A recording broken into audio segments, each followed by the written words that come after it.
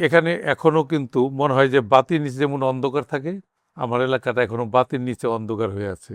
আমাদের এলাকাটাকে কিন্তু বিগত দিনে পূর্ব পাকিস্তান হিসেবে পরিচিত ছিল, যেহেতু ওই এলাকাটা বিএনপি অধ্যুষিত। বাংলাদেশ জাতীয় সংসদের 174 নম্বর নির্বাচনী এলাকা ঢাকা 1 আসনের আলোচনায় ভিন্ন মতের সহমত। দর্শক, দেশে এবং প্রবাসী যে যেখান থেকে দেখছেন সবাইকে শ্রদ্ধা সহ শুভেচ্ছা। আমরা বিশ্বাস করি ভিন্নমত মানে বিভাজন নয়, বরং দেশের প্রশ্নে সহমত হওয়াটাই সবচেয়ে বড় দায়িত্ব।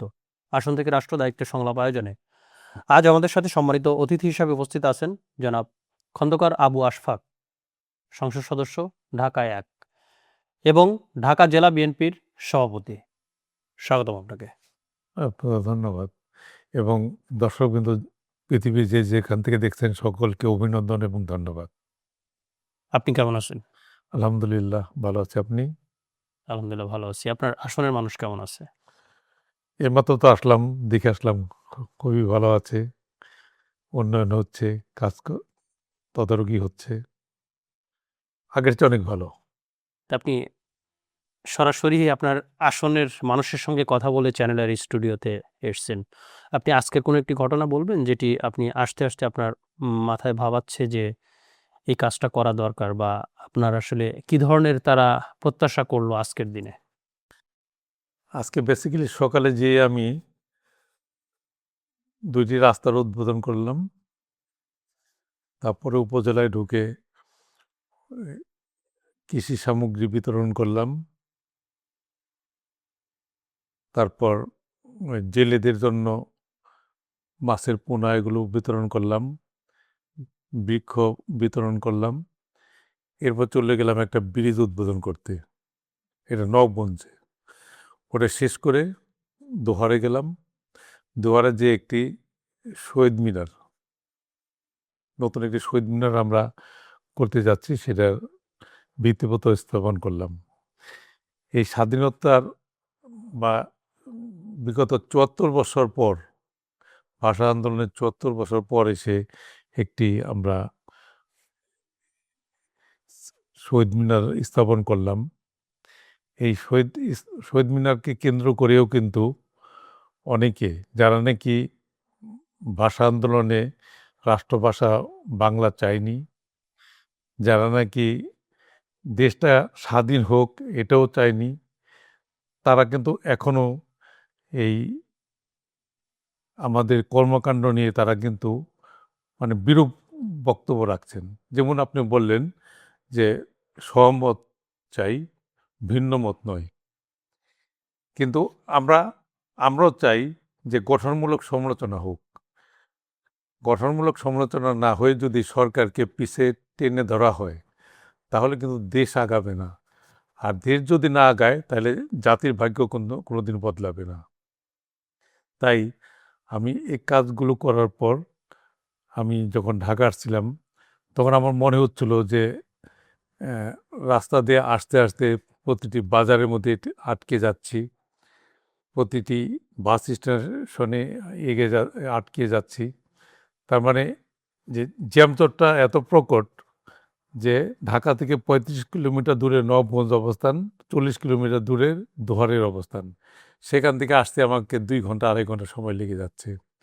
আমি চিন্তা করলাম, আমাদের এই এক্সপ্রেসওয়েটা যদি আমরা দোহার নবগঞ্জ দিয়ে শ্রীনগরে নিয়ে যেতে পারি, তাহলে কিন্তু দোহার নবগঞ্জ থেকে লোকজন আধা ঘন্টার মধ্যে ঢাকা চলে আসতে পারবে। আপনি জেনে আশ্চর্য হবেন যে ঢাকা শহরে এইখানে আপনাকে একটু থামিয়ে দিই। যেহেতু আমাদের অনুষ্ঠানের নামই হলো ভিন্ন মতের সহমত। আপনি আপনার আসনে যাচ্ছেন এই কারণে ব্রিজটা চাচ্ছেন, নাকি ওভারঅল সব মানুষের জন্য? সেখানে আমি আসতেছি। এখানে 1 নম্বর কারণ হলো, এই 35 কিলোমিটার 40 কিলোমিটার দূরে বাড়ি থাকার পরেও মিনিমাম 50,000 পরিবার ঢাকা শহরে অবস্থান করছে। ঢাকা শহরটা কিন্তু এখন বসবাসের অযোগ্য হয়ে গেছে। বেরোনো যায় না, গাড়ি চালানো যায় না। যদি এই 50,000 পরিবারের সাথে যদি আমার এলাকার আমি উন্নয়ন করতে পারি বা আধা ঘন্টার মধ্যে এলাকায় যেতে পারি, তাহলে আমার 50,000 পরিবার তো এলাকায় থাকবেই, বরঞ্চ অন্যান্য এলাকার লোকজনও আমাদের এলাকায় যা বাসস্থান তৈরি করবে। যেমনি করে ধরেন এই উত্তরা তৈরি হয়েছে, পূর্বাঞ্চল তৈরি হয়েছে, আমারও পরিকল্পনা আছে যে নবগঞ্জে আমি এরকম একটা আবাসস্থল তৈরি করব এবং সে পরিকল্পনা নিয়ে আমি আমার এলাকার কৈলাল একটা ইউনিয়ন আছে, সেই ইউনিয়নে আমি 2-3 বার ভিজিট করে আমার জায়গা জমিও দেখে এসেছি এবং পূর্তমন্ত্রীর সাথে আমি কথাও বলেছি। এই পরিকল্পনাটা কি নির্বাচনের আগে আপনার কমিটমেন্টের মধ্যে ছিল নাকি নির্বাচনের পরে আপনার আমার মনে হচ্ছে যে এখন করা নির্বাচনী দরকার? ওয়াদাও ছিল এবং ওয়াদাটা বাস্তবায়ন করার জন্যই আমি এটা কাজকর্মটা শুরু করেছি। আর আপনি জেনে খুশি হবেন, বিএনপির রাজনীতিতে কিন্তু জনাব তারেক রহমান সাহেব, আমাদের সম্মানিত প্রধানমন্ত্রী, এর আগে ছিলেন আমাদের দেশনেত্রী বেগম খালেদা জিয়া, তার আগে ছিলেন মহান স্বাধীনতা ঘোষক শহীদ রাষ্ট্রপতি জিয়া রহমান। ওনারা কিন্তু আমাদেরকে শিখিয়েছেন যে কমিটমেন্ট রক্ষা করা, মানে বিগত 17 বছরের মতো যে যা মনে আসবে বলে দেব, একটু পর ভুলে যাব, এমন রাজনীতি কিন্তু আমরা শিখিনি। তাই আমরা যা বলেছি নির্বাচনের আগে এবং আমাদের বর্তমান প্রধানমন্ত্রী যা বলেছেন সমস্ত কিছু কিন্তু বাস্তবায়ন করছেন স্টেপ বাই স্টেপ। খুব সুন্দর। এখানে একটি প্রশ্ন রাখি, যদিও প্রশ্নটি আমরা আরো পরে রাখতাম আপনার কাছে, যেহেতু কথা উঠলো যে নির্বাচনের আগে যে কমিটমেন্টগুলো দিয়েছিলেন আজ প্রায় 5 মাস অলরেডি চলে গেছে, এর মধ্যে দৃশ্যমান কি কি আপনার আসনের উন্নয়ন করেছেন? দৃশ্যমান উন্নয়নের মধ্যে আমার এলাকা কতগুলো খাল খনন হয়েছে, কৃষিতে যে পচনশীল দ্রব্য যেগুলো আছে সেগুলোকে যেন পচনশীল না হয় সেখানে কৃষি মন্ত্রণালয়ের মাধ্যমে পোর্টেবল যে ইয়ে পোর্টেবল যেগুলি বলে কোল্ড স্টোরেজ, সেগুলোর ব্যবস্থা করা হয়েছে। এবং একটি মাত্র নদী ইছামতি নদী, যে নদীটি বর্ষাকালে পানিতে ভরে যায়, কচুরি পানা দিয়ে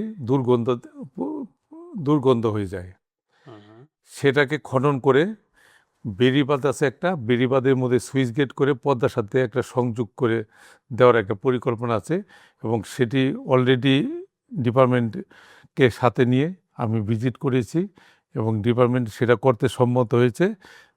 সেপ্টেম্বর অক্টোবরের দিকে যায় সেটা টেন্ডার হবে।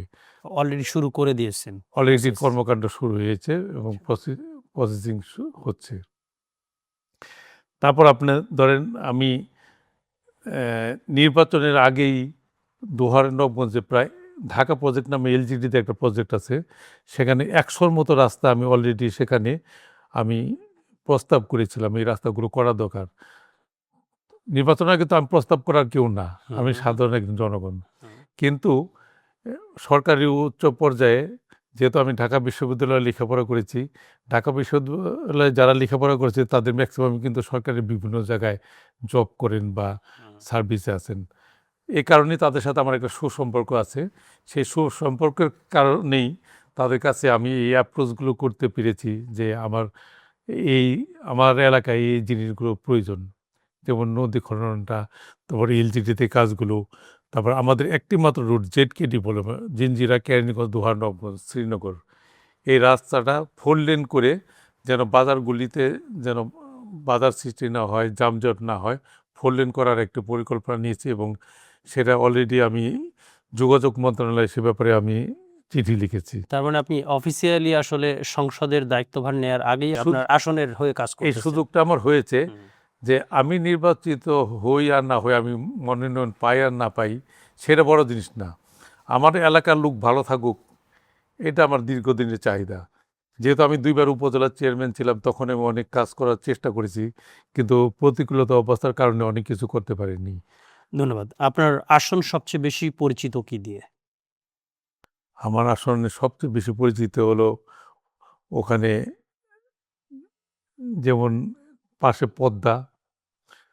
পদ্মার ইলিশ মাছ, যদিও পদ্মা চর পড়ে যায়, তারপরেও সেটা প্রোটেকশন দিয়ে কেটে একটা ভালো শেপে চলে আসছে।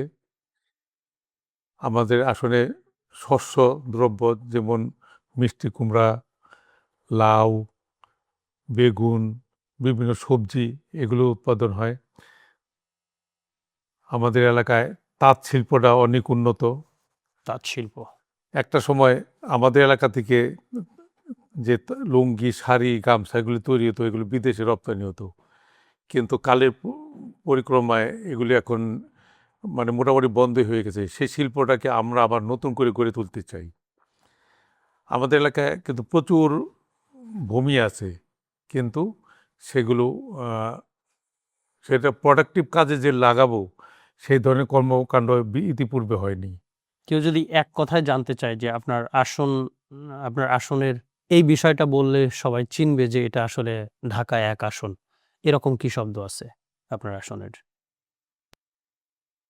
এক কথা যদি আপনি বলতে চাই, এটাকে বলে দুহার নবগঞ্জ, দোহার নবাবগঞ্জ, এবং আমাদের এলাকাটাকে চিনে কলাকুপা বান্দুরা। কলাকুপা, বান্দুরা। হুম। এই কলাকুপা বান্দুরা হলো ওই এলাকাটা এক সময় হিন্দু অধ্যুষিত এবং জমিদার বাড়ি ছিল।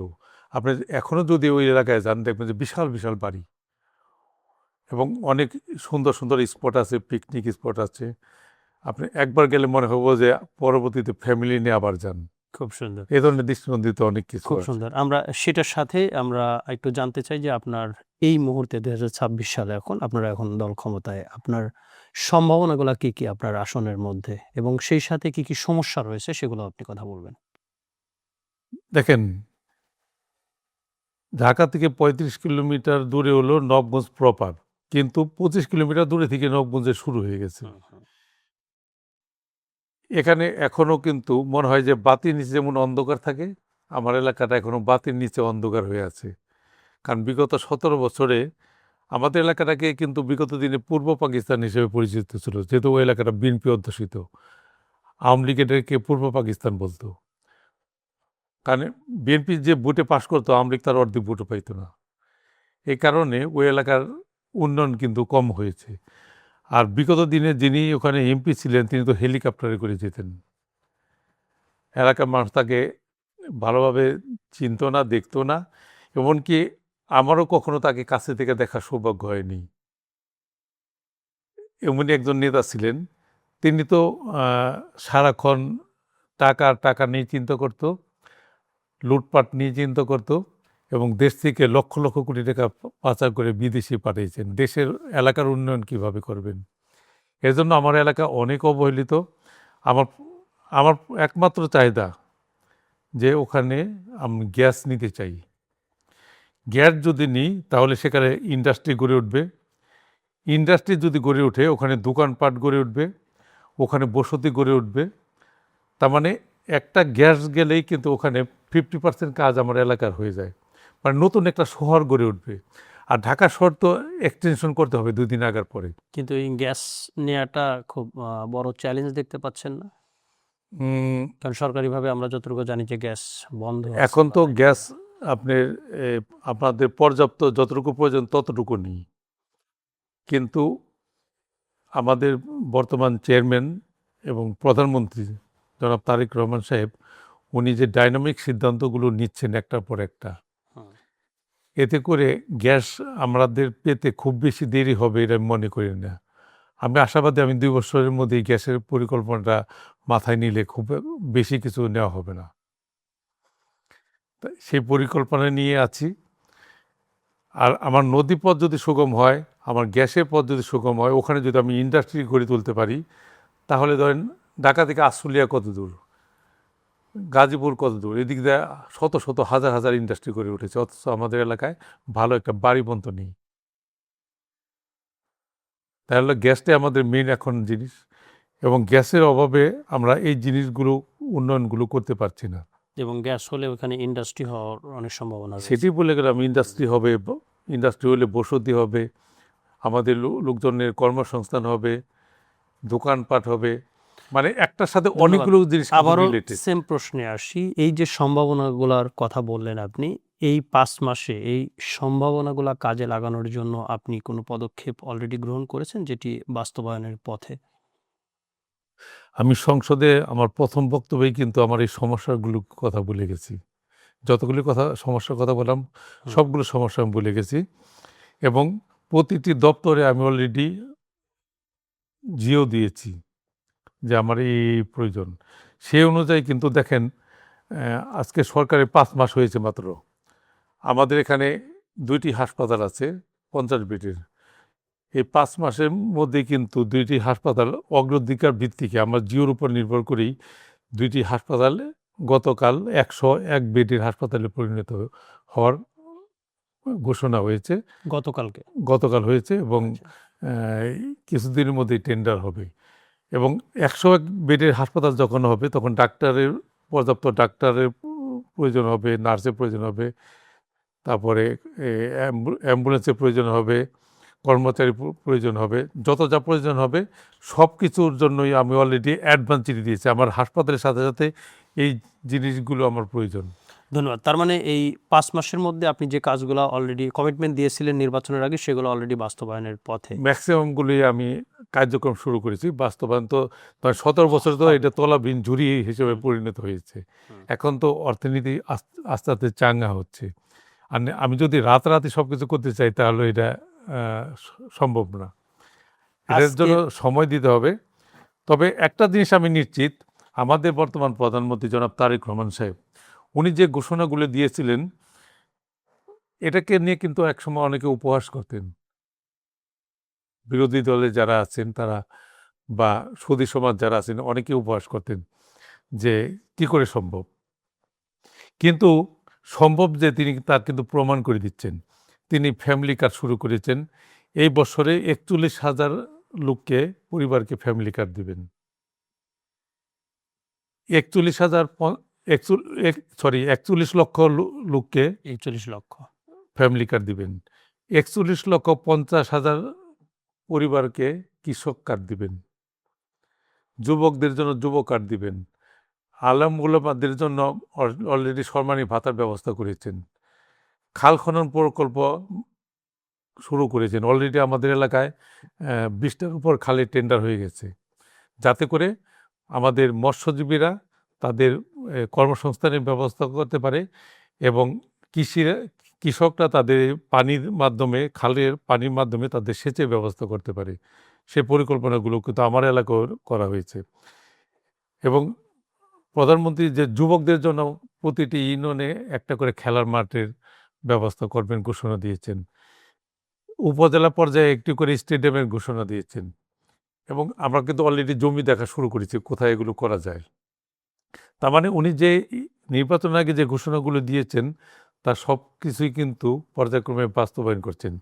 ৫ বছরে ২৫ কোটি গাছ লাগাবেন, এই বছরে ৫ কোটি, এবং ৫ কোটির মধ্যে কিন্তু অলরেডি ৭০-৮০ লক্ষ গাছ সারা দেশে লাগানো হয়ে গেছে। উনি কিন্তু দেখছেন প্রতিদিনই কোথাও না কোথাও ছুটে বেড়াচ্ছেন, কাজ করতেছে, কিন্তু এর মধ্যেও কিছু ভিন্নমত শুনতে পাওয়া যাচ্ছে যে খাল খননের বিষয়টা যেটা সারা বাংলাদেশে যদিও শুরু করেছে, এর মধ্যে বলা হচ্ছে যে কিছু খাল অনেকের দখলে রয়েছে। আপনার আসন নিয়ে আপনি কথা বলবেন, যে আপনার আসনে যে খালগুলোর কথা বললেন এখানে কি কোনো চ্যালেঞ্জ দেখতে পাচ্ছেন যে এটা আপনি কমপ্লিট করতে পারবেন বা কোনো শক্তিশালী কোনো প্রভাবশালীর এখানে আসলে দখলদারিত্ব আছে কিনা? আমি এটাকে চ্যালেঞ্জ হিসাবে দেখছি না। তবে গত ১৭ বছরে দেশে তো কোনো আইন ছিল না, নিয়ম ছিল না। এই ম্যাক্সিমাম খালগুলো কিন্তু দখল হয়ে গেছে। আমাদের এলাকার যে খালগুলো আমি নিজে ভিজিট করে লোকজন লাগিয়ে দিয়ে আমি কাটা শুরু করেছি। সামনে যা পড়তেছে সব কেটে যাচ্ছে। যদি কারো বাড়িও পড়ে থাকে তাকে আমরা চেষ্টা করছি অন্য কোথাও প্রোভাইড করতে, আর যদি না পারি তাও কিছু করার নেই, কারণ জমিটা সরকারের, সে অবৈধভাবে এখানে ছিল। কিন্তু আমরা চেষ্টা করব সকলকে সহনীয় পর্যায়ে রেখে, মানুষ এরা তো আমাদের দেশের জনগণ, হয়তো ভুল করেছে কিন্তু আমরাও তো ভুল করতে পারি না, তাই তাদেরকেও প্রোভাইড করার চেষ্টা করছি। কিন্তু খাল কাটতে হবে, এর মধ্যে কোনো নেই। আপনার আসনে হয়তোবা আপনি কৌশলগতভাবে বা আপনি শক্তিশালী, আপনার যেহেতু সব জায়গায় সম্পর্ক আছে, এটা কি সারা বাংলাদেশের ক্ষেত্রে এভাবে কাজ করতে পারছে সবাই মনে হয়? দেখেন, আমার কোনো শক্তি নেই, আমার এলাকার জনগণই আমার শক্তি, এবং সারা দেশে যারা আছে তাদের প্রতি আমার পরামর্শ থাকবে যে জনগণকে সাথে নিয়েই এই কাজগুলো করার। কারণ একটা খালের মধ্যে হয়তো ৫০টা পরিবার বা ১০০ পরিবার ক্ষতিগ্রস্ত হচ্ছে, কিন্তু খালটা কাটার পর ১০০০ পরিবার উপকৃত হচ্ছে, তাহলে কোনটা বেটার? আমাকে খাল কাটাটাই বেটার। এবং জনগণকে বুঝিয়ে জনগণের সাথে খারাপ আচরণ না করেও কিন্তু অনেক কিছু করা সম্ভব।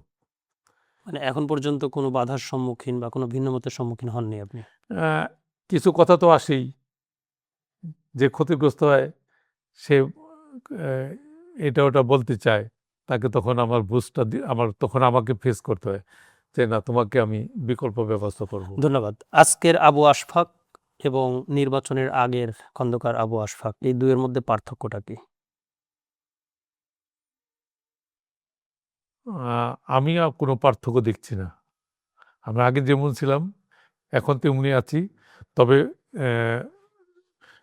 অফিসিয়ালি কাজ করার সুযোগ পাচ্ছি। আগে দায়িত্বহীনভাবে কাজ করতাম, এখন দায়িত্ব নিয়ে কাজ করছি, মানে একই আশফাকে আমি আছি। আপনার কাজের ব্যস্ততা, আপনার আসনের মানুষকে সময় দেওয়া, একই সাথে সংসদ, সব মিলায় এই চাপটা বা এই কাজের বড় দায়িত্বগুলা কিভাবে আপনি সমন্বয় করছেন? ধরেন আগে তো মানুষকে বুঝ দিতে পারতাম যে ক্ষমতায় আসি তারপর করে দিব, আর এখন তো সব ঘাড়ির উপর এসে বসে যে এখন তো আপনাকে ভোট দিয়ে ক্ষমতায় আনছি, আমার কাজ করে দেন। কিন্তু সবার কাজ তো আমি একসাথে করতে পারবো না, ফান্ডেরও তো স্বল্পতা আছে। এই কারণে কাউকে কাজ করে দিচ্ছি, কাউকে আশ্বাস দিচ্ছি এবং এভাবেই চালিয়ে যাচ্ছি আর কি। আগে আপনার অঞ্চলের মানুষ যে প্রত্যাশাগুলা করছেন, এখন কি সেম প্রত্যাশা করেন নাকি প্রত্যাশার একটু ধরন পাল্টেছে? মানুষের প্রত্যাশা তো দিন দিন বাড়তেই থাকে। যেমন আগে পালেই থাকতো, এখন ওপেন থাকে। আগে আমি জেলে থাকতাম, এখন সংসদে যে কথা বলতে আর সুযোগ পাই। পরিবর্তন তো একটা হয়েছে না? এবং তেমনি করে মানুষেরও পরিবর্তন আসছে, আশাও বাড়ছে। যেমন আগে পালেই থাকতাম, কাছে পেত না, এখন সবার সাথে মিশি, কাছে পায়, দুঃখ দুর্দশা বলতে পারে, কাজের কথা বলতে পারে। তবে আমি আশাবাদী আমাদের মেয়াদ শেষ হওয়ার আগেই ম্যাক্সিমাম কাজগুলো করে দিতে পারবো ইনশাল্লাহ।